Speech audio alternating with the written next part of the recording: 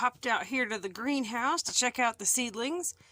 And I swear I watered these yesterday and there was no growth. And look at this today. These are all the pea shoots that I've started. And yep, you're going to see some weeds in here. Like these little things, these are weeds.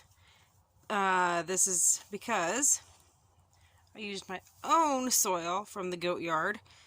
So it's going to have a variety of things in it. But it's quite healthy soil. I mean, look at the growth we've got going on here. So I'm pretty happy with that. Still a little bit miffed about the lack of growth I have back here. That tray here, this is all various greens. The pak choi is doing amazing, and so is the Swiss chard. And that's about it. The green, no, I keep calling them green onions. This is a tray of purple onions. They got too wet. That is very clearly what has happened. It's too wet.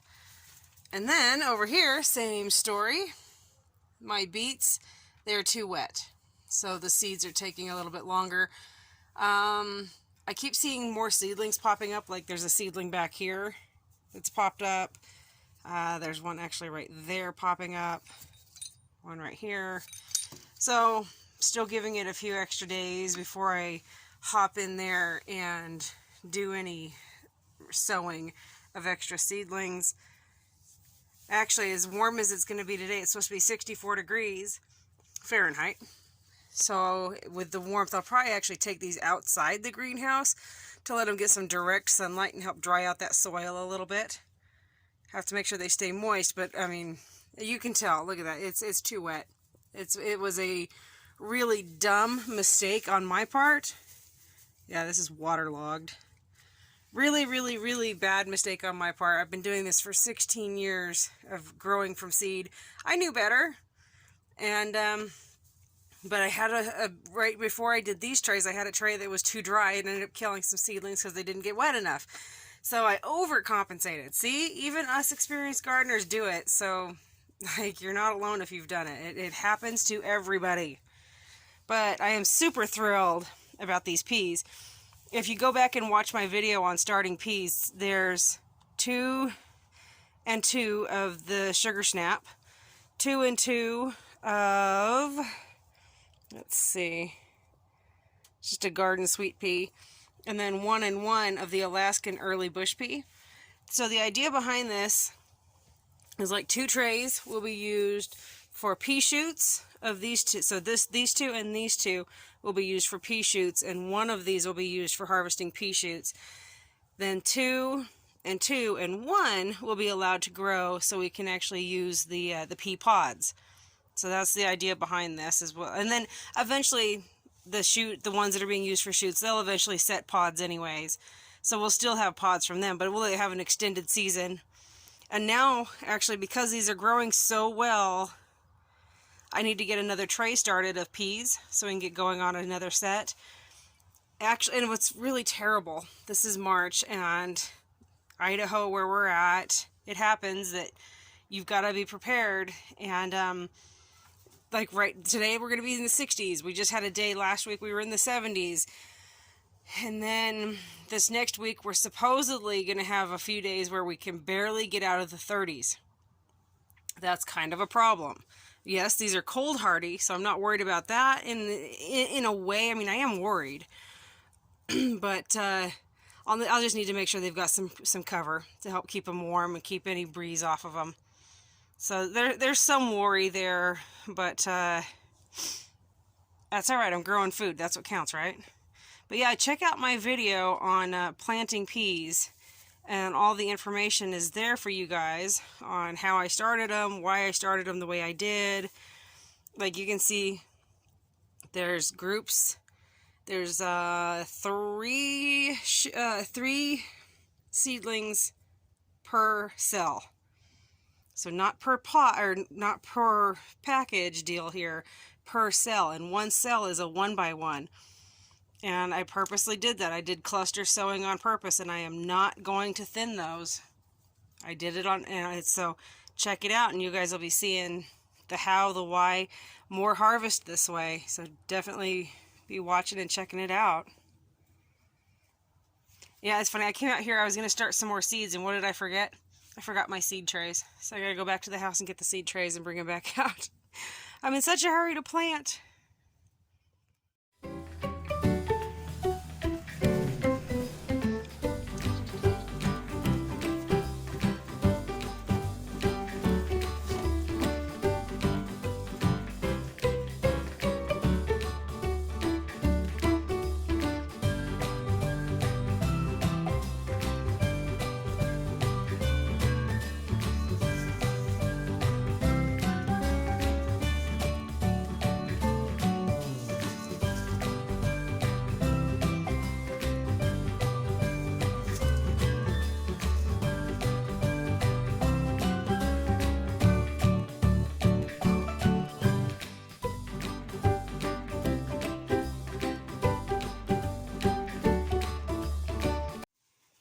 Well, I remembered to bring my trays out to the greenhouse.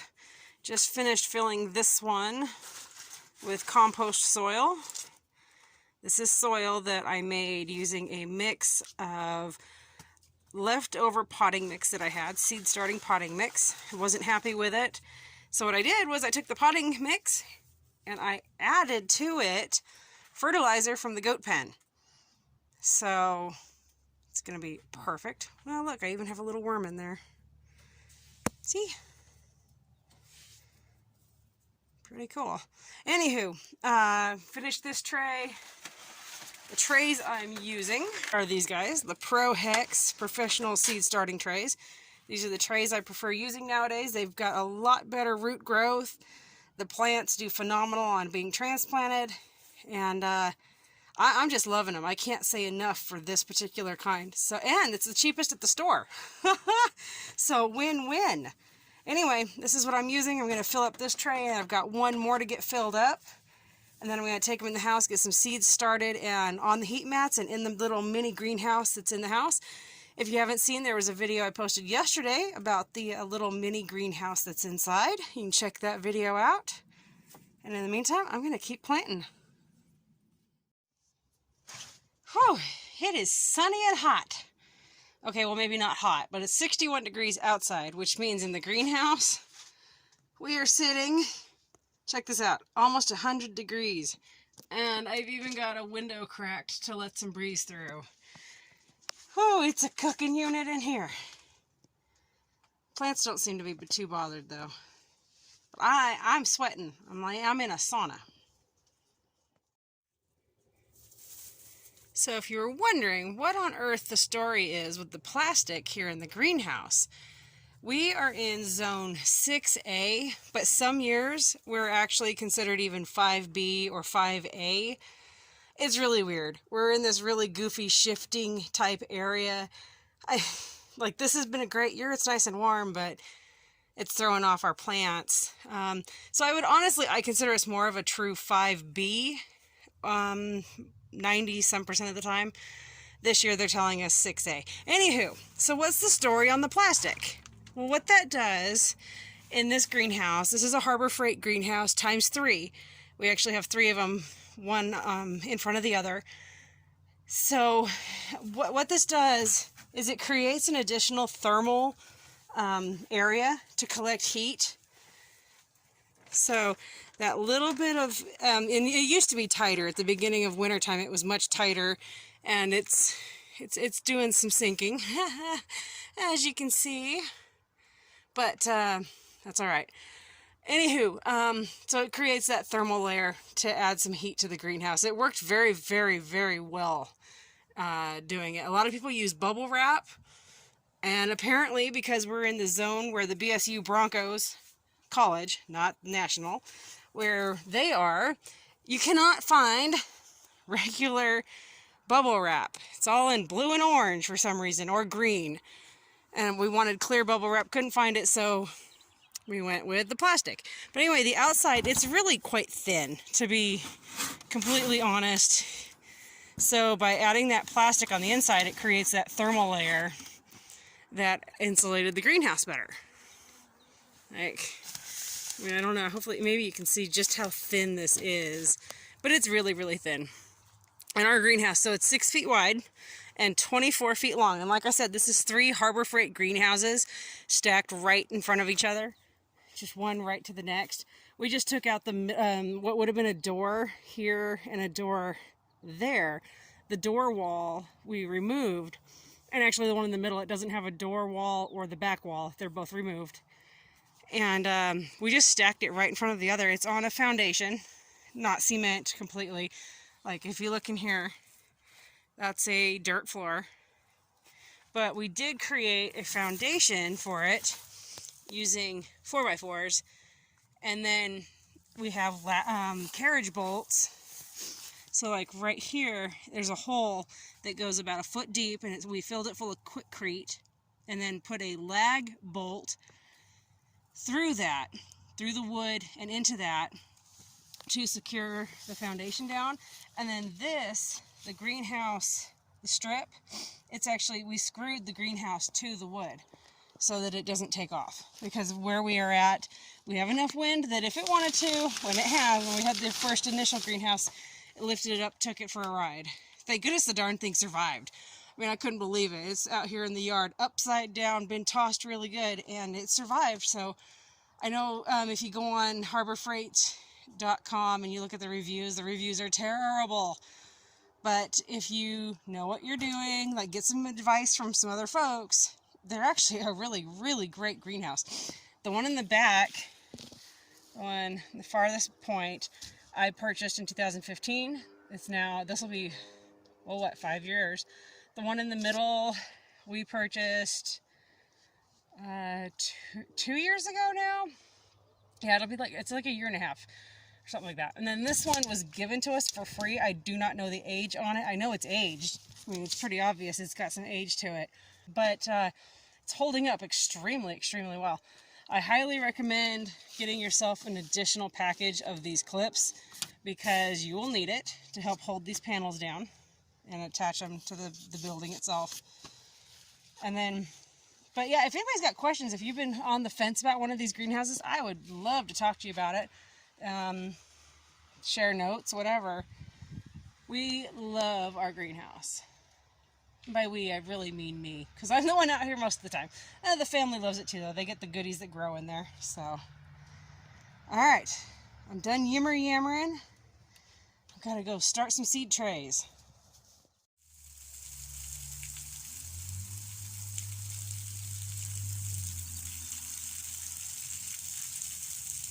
Do you see yourself? Is that you? Do you see yourself?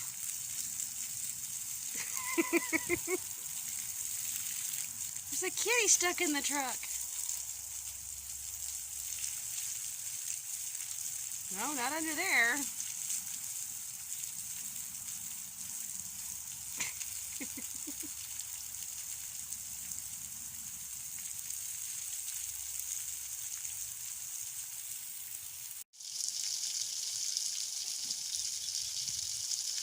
He's absolutely perplexed about his reflection.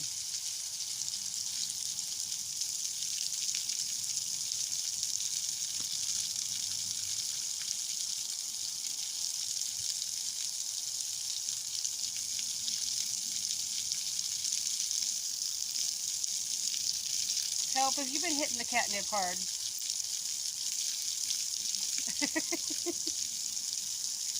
Somebody explain the kitty in the truck.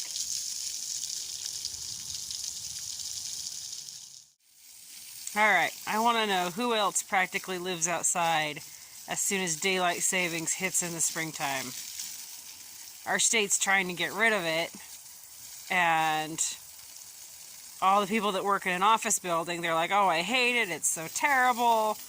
And then there's those of us that farm or homestead or ranch that can actually understand the benefit of having the extra hour in the evening. I had somebody tell me, he's like, only a weirdo can take an extra hour in the evening and think they got an extra hour of daylight. And I'm like, dude, you know, it's because in the morning I've got an extra hour of darkness that I'm not trying to do a zillion things in. I can do the family stuff, get everybody off to school, off to work, But the extra hour in the evening that it's not dark is an extra hour I'm productive. When we had the farm, we were haying, we were moving cattle, and you didn't have to worry as much about the time. And like my parents and family members, they could go to our sports stuff and not be like, well, it's going to be dark when we get home. I mean, that's the way it is anyway, a good portion of the year. But if you truly are working the land, you appreciate that little bit of extra light you are getting. You know, and nowadays, you don't see farmers working their fields, at least not in this area. I mean, it could be very different where you're at. But a lot of times, because subdivisions in our state are literally encroaching and taking over farmland, you don't see farmers out there on their tractors working their land clear into the night, because these people in the subdivisions are freaking out. They're calling them in for noise complaints. Even though we can actually work until 11 p.m. with noisy equipment, the complaints just get to be ridiculous.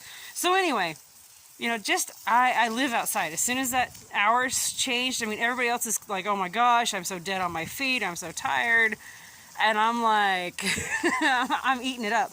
Like, give me that extra hour. Oh my gosh.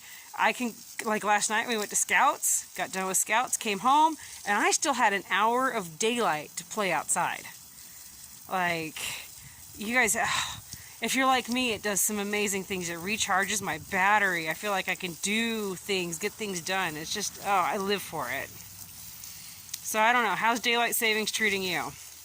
Are you one of those, if you even have it? I know some places, if Idaho follows suit, we won't have it either, you know, but so some of you, you're like, what are you talking about?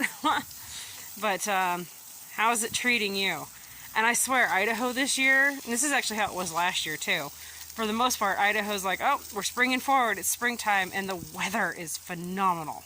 We're at 63 right now, and I am just loving this weather.